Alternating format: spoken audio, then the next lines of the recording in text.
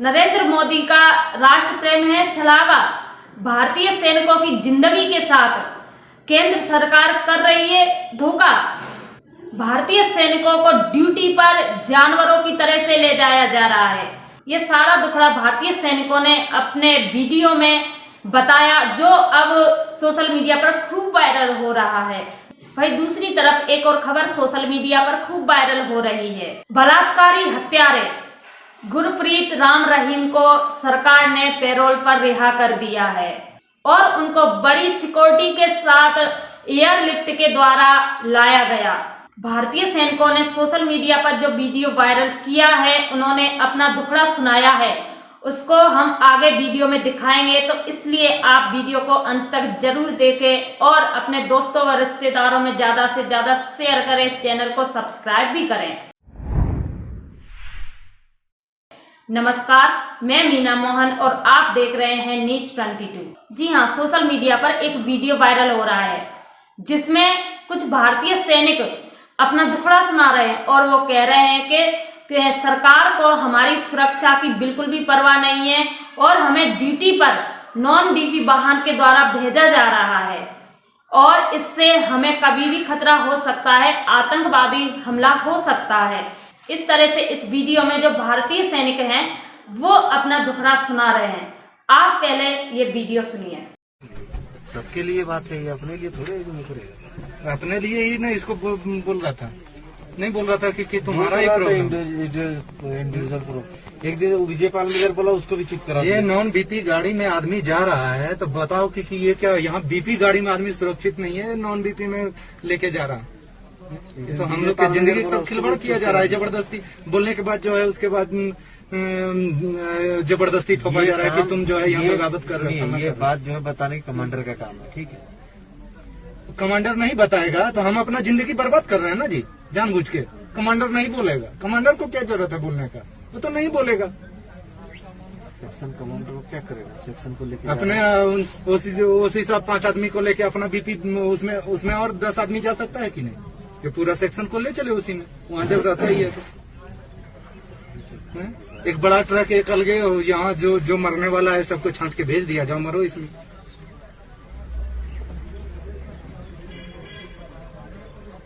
ये क्या है इसमें, ये टीना पत्थर मारेगा, इस पार हो जाएगा।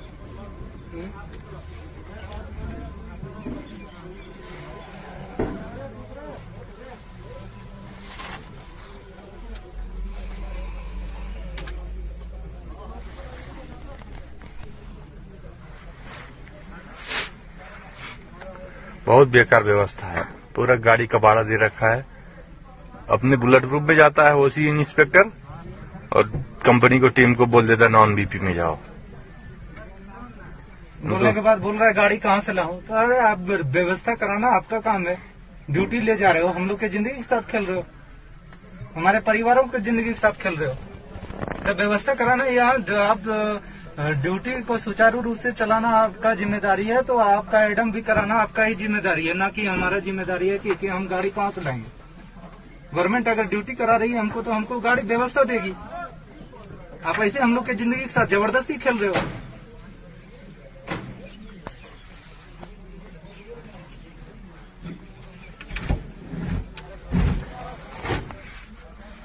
हाँ, तो सुना आपने, ये जो भारतीय सैनिक है रोकर अपना दुखड़ा सुना रहे हैं, अपना परेशानी बता रहे हैं। इन लोगों को अब इतनी परेशानी है कि इनकी जो परेशानी, इनके दुख को इनके अधिकारी नहीं सुनते हैं, सरकार नहीं सुनते हैं। इसलिए वीडियो के माध्यम से सारी परेशानी ये जनता के सामने, देश के लोगों के सामने रख रहे हैं। क्योंकि आप देख रहे हैं जिस तरह से उनको एक जानवरों की तरह से ले जाया जा रहा है, उसके चलते सुरक्षा की भी कोई व्यवस्था नहीं की गई है।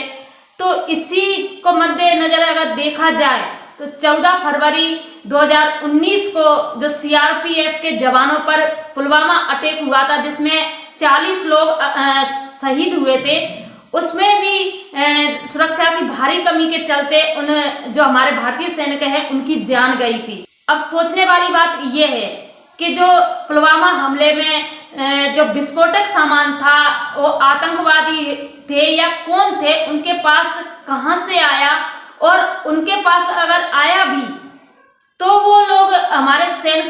गाड़ी के पीछे इतनी दूरी तक कैसे गए? सुरक्षा कर्मी कहाँ गए? रोडवेज पुलिस, टोल टैक्स, तमाम जो रोड पर चलते हुए चेकिंग होती है वाहनों की, तो उस टाइम वो चेकिंग क्यों नहीं की गई? और इतनी दूर तक वह जो वाहन था जिसमें विस्फोटक पदार्थ रखा गया था वो कैसे निकल गया? तो इससे तो यही जाहिर होता है कि जो भारतीय व्यवस्था है और जो चेकिंग व्यवस्था है तो उसमें कहीं ना कहीं कमी की वजह से हमारे सैनिकों की जान गई। जम्मू कश्मीर जैसे नाजुक क्षेत्र में इतनी लापरवाही कैसे हो सकती है? कैसे कोई इतने बड़े विस्फोटक सामान को एक गाड़ी को लेकर के चला जाता है और हमारे सैनिकों की गाड़ी से टकराकर 40 सैनिकों को शहीद किया जाता है? और यही गलती केंद्र सरकार फिर से दोहराने जा रही है। सैनिकों की कोई भी सुरक्षा नहीं है। अगर इसके चलते अगर कोई दिक्कत होती है, जो सैनिक जा रहे हैं अपनी ड्यूटी पर, फिर से अगर कोई समस्या आती है तो वो जो वाहन है वो इतना कमजोर है। आप वीडियो में खुद देख सकते हैं कि जो सैनिक है वो बजाकर बता रहे हैं कि इसमें अगर कोई पत्थर भी मारेगा तो आर पार हो जाएगा। तो बताइए सैनिकों की सुरक्षा कहाँ है? जो सैनिक देश के लिए मरते हैं, पूरे देश की सुरक्षा करते हैं, जिनके बलबूते पर देश असुरक्षित है, आज उनको सुरक्षा मांगनी पड़ रही है। वो रोकर अपना दुखड़ा सुना रहे हैं देश के लोगों को। उनके अधिकारी और सरकार उनके लिए सुरक्षा मुहैया नहीं करवा रही है। नरेंद्र मोदी, आपको सोचना चाहिए, उनके परिवार हैं, उनके बच्चे हैं, वो अपनी जान पर खेलकर देश की सुरक्षा करते हैं, तो आपकी ये जिम्मेदारी बनती है कि आपको इन सैनिकों की सुरक्षा करना चाहिए। उस टाइम जो पुलवामा अटैक हुआ था उस टाइम भी आपने यही गलती दोहराई थी। आप बलात्कारियों के लिए हवाई जहाज ले आते हैं, बलात्कारियों के लिए सुरक्षा देते हैं, लेकिन जो हमारे सैनिक है एक स्थान से दूसरे स्थान तक ड्यूटी के लिए जाते हैं, आप उनके लिए व्यवस्था नहीं कर सकते। उनके लिए आप हेलीकॉप्टर, हवाई जहाज नहीं करवा सकते। इससे आपका पैसा खर्च होगा, आप गरीब हो जाएंगे। और वहीं दूसरी तरफ भक्तों के बलात्कारी मर्डरी गुरप्रीत राम रहीम को भी सरकार ने पैरोल पर छोड़ दिया गया है। उनकी सुरक्षा की पुख्ता व्यवस्था की गई है। उनको एयरलिफ्ट के द्वारा उनके आश्रम तक छोड़ा गया है। इससे पहले गुरप्रीत राम रहीम को 2022 में 2 बार पैरोल मिल चुकी है। फरवरी और जून के महीने में वो बाहर आ चुके हैं। तो आप यही सोचिए कि इस देश में बलात्कारी सुरक्षित हैं, लेकिन सभी की सुरक्षा करने वाले सैनिक असुरक्षित हैं। उन लोगों को अपनी सुरक्षा के लिए गुहार लगानी पड़ रही है, अपनी सुरक्षा के लिए वीडियो बनाकर लोगों को बताना पड़ रहा है। सरकार के आली कमान गुरप्रीत राम रहीम को इस तरह से लेकर के गए जेल से कि मानो वो कोई बलात्कारी नहीं बल्कि कोई बहुत बड़ा मेडल लेकर विदेश से आया हो, या कोई सैनिक है जो कि देश की रक्षा के लिए, देश के लिए बहुत बड़ा काम करके आया है। एक कैदी, बलात्कारी, एक मर्डरी को इतनी सारी छुट्टियां मिल रही हैं, इतने तो देश के सैनिकों को भी नहीं मिलती। सरकार को इनकी जी हजूरी करने की जरूरत क्यों पड़ती है?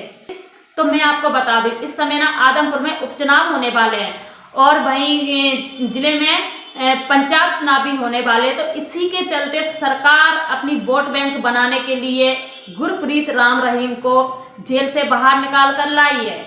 क्योंकि जो भारत के लोग हैं वो भक्ति में इतने लीन रहते हैं कि उन्हें बलात्कारी में भी संस्कार ही नजर आते हैं।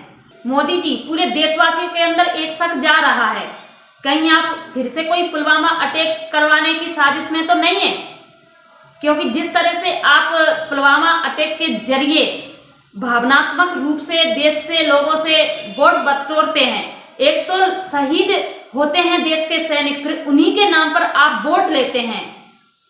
तो इसी को चलते कई देश में इस आने वाले टाइम में कई प्रदेशों में विधानसभा चुनाव है, तो आप यही फिर से विक्टिम कार्ड खेलने वाले तो नहीं है? कहीं आप फिर से राष्ट्र भावना के जरिए अपने जो राष्ट्र प्रेम है उसको जगाकर वोट बैंक स्थापित करना तो नहीं चाहते और कोई फर्जी स्ट्राइक करवाकर देश के लोगों से वाहवाही लूटने की उम्मीद में है शायद, इसलिए आप सैनिकों की सुरक्षा नहीं कर रहे हैं। और भाई बलात्कारियों मर्डरियों की आप सुरक्षा कर रहे हैं। क्योंकि आपने देखा गुजरात में चुनाव है, उससे पहले आपने अमृत महोत्सव पर भारत के स्वतंत्रता दिवस के मौके पर आपने बलात्कारियों को रिहा किया, जिन्होंने बिल्किस बानो के साथ बलात्कार किया और उनके परिवार के सदस्यों के साथ साथ उनकी 5 साल की मासूम बच्ची को भी मार दिया। आपने उन दरिंदों को भी रिहा कर दिया, उनको संस्कारी बताकर उनका स्वागत फूल मालाओं से, मिठाइयां बांटी गई, इस तरह से किया गया कि मानो देश के लिए कोई बहुत बड़ा मेडल लेके आए हो। आप बलात्कारियों के पक्ष में जा रहे हैं, आप दोषियों और हत्यारों के पक्ष में जा रहे हैं, लेकिन आप देश के जवानों के पक्ष में नहीं आ सकते, उनकी सुरक्षा आप नहीं कर सकते। आज तक देश के लोगों को आपने नहीं बताया कि जो देश के जवानों पे पुलवामा अटैक हुआ था, जिसमें 40 लोग शहीद हुए थे, उसमें इतनी ढीली सुरक्षा व्यवस्था क्यों रखी गई और अब तक उसकी जांच पड़ताल क्यों नहीं की गई। कुछ भी आपने देश के लोगों को नहीं बताया कि आखिर अटैक करने वाले कौन थे और कहां से आए थे। जो सैनिकों का सोशल मीडिया पर वीडियो वायरल हो रहा है, उसमें सैनिक रो रो करके अपना दुखड़ा सुना रहे और कह रहे हैं कि जो अधिकारी है वो उनकी सुनते नहीं है, उनकी सुरक्षा की कोई व्यवस्था नहीं करते। लेकिन आपको तो सोचना चाहिए कि ये जो सैनिक हैं, इनकी वजह से हमारा देश बचा है। अगर यही सुरक्षित नहीं रहेंगे तो ये देश भी सुरक्षित नहीं रहेंगे, और अगर देश सुरक्षित नहीं रहेगा तो मोदी जी कहीं ना कहीं असुरक्षित आप भी महसूस करेंगे।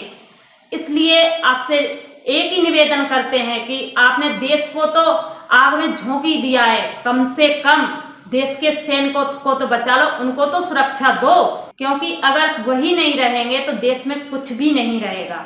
वैसे आपने वोट की राजनीति तो खेलना शुरू कर ही दी है। जिस तरह से आप देश में हिंदू मुस्लिम के नाम पर लोगों को भड़का रहे हैं, आपके नेता भड़काऊ भाषण देते हैं, लेकिन आप उन पर कोई कार्रवाई नहीं करते हैं।